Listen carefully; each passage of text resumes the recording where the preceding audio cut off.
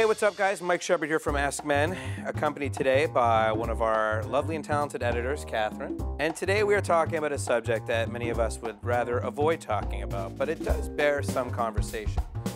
Once you're in a serious relationship and once you're spending a lot of time with a woman, there's going to be that awkward moment where you have to go to the bathroom. Taking care of business while the girl is sleeping. Now, I mean, these are some creative tips, but as far as you're concerned, are you being fooled in situations like that? No. No, that's totally legit. You can go ahead and do that.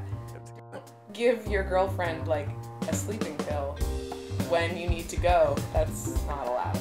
So don't get her drunk and get her to pass out simply just to go to the bathroom. No. Okay, not a good tip, gentlemen, not a good tip. And what if your man was sneaking out of the house every morning on like clockwork to the local coffee shop? That's super weird. That might create other suspicions. Yeah, no, don't do that. That's weird.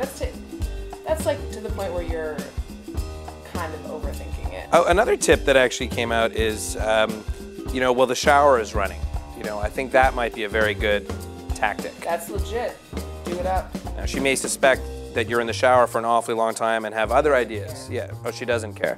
Whatever. If she's timing your shower, again, get over it.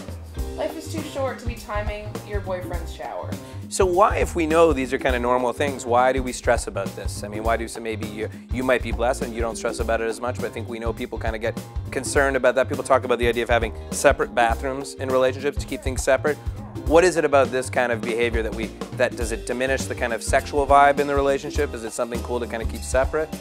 I mean, for sure, it's gross, and you don't, even when you're married for 50 years, you don't want to have to see that or hear it or any element of it. You want it ideally to be kept completely separate.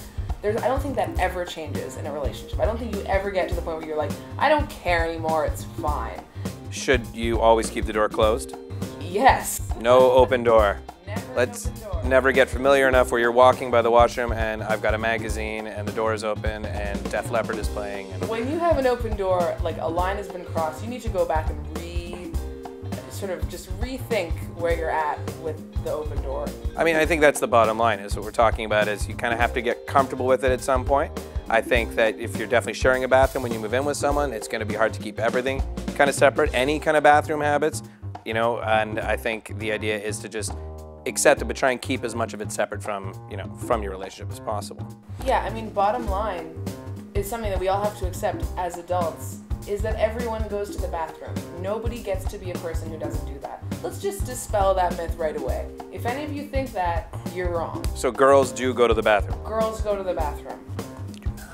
And it's something that if you can't handle that about your partner, you need to grow up.